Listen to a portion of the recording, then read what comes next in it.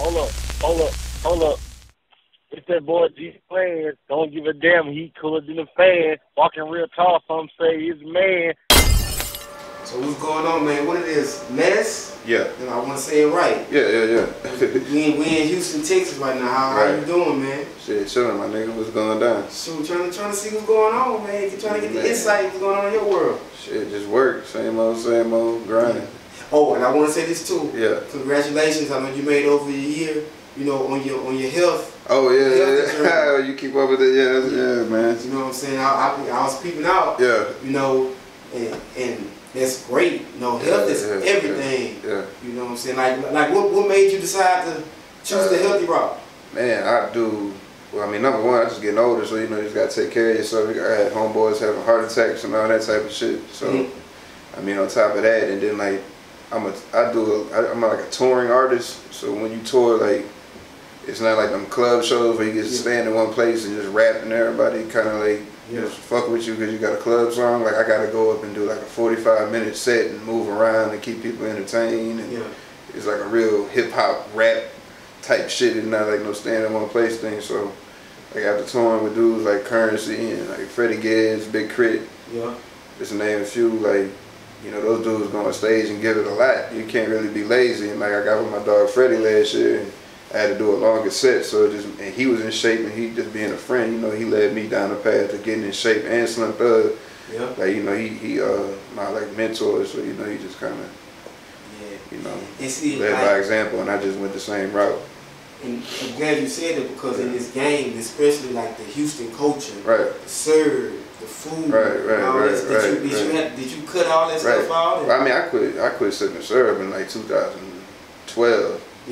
Cause it's just, you know, I just personal issues and lost a few homeboys and stuff like that. But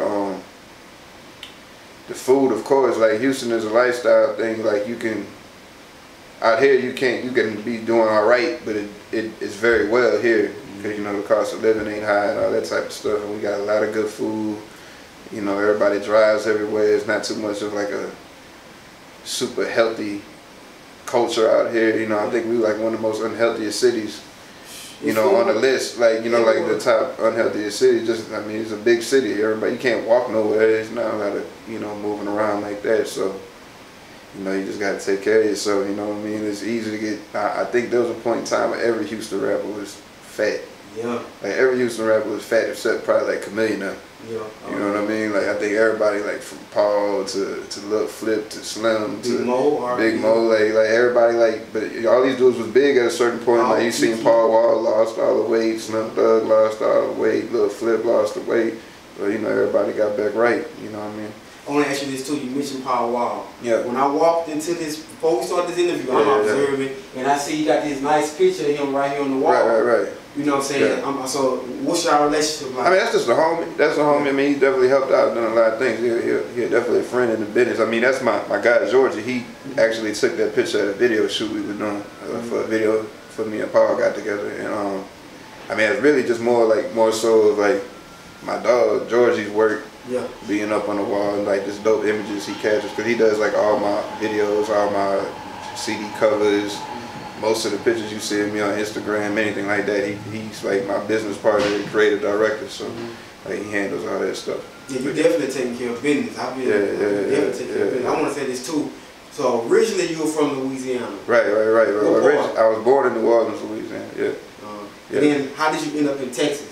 Parents divorced, so you know, I got my mom in Texas, my dad in Louisiana, so I just been back and forth my whole life.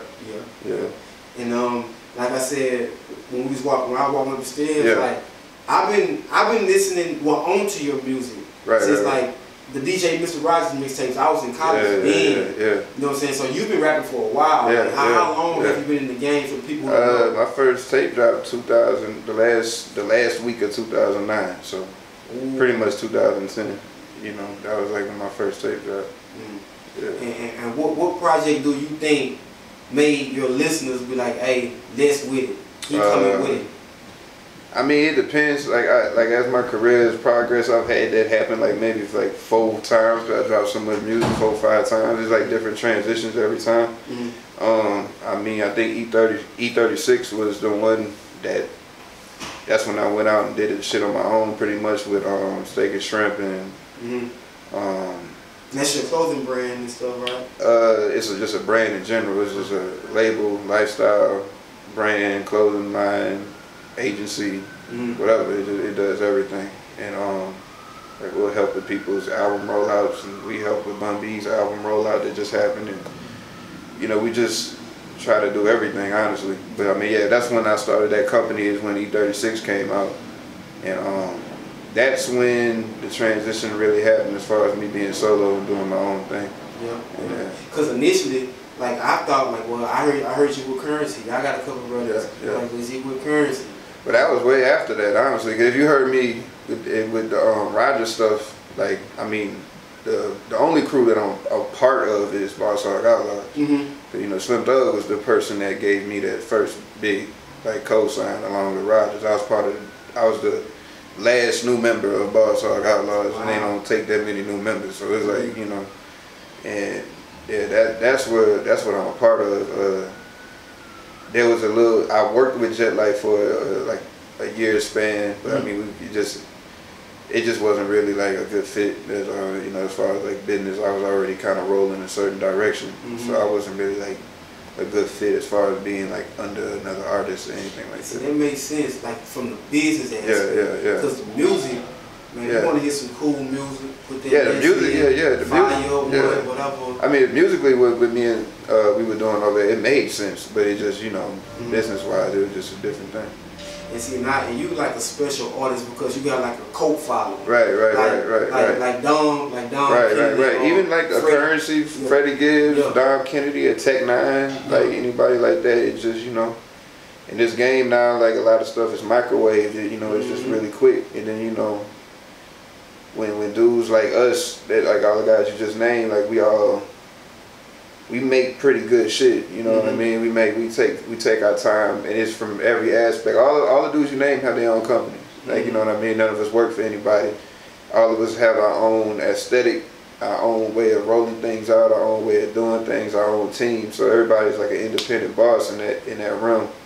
So you know, it's dope to even be mentioned with those guys. Yeah.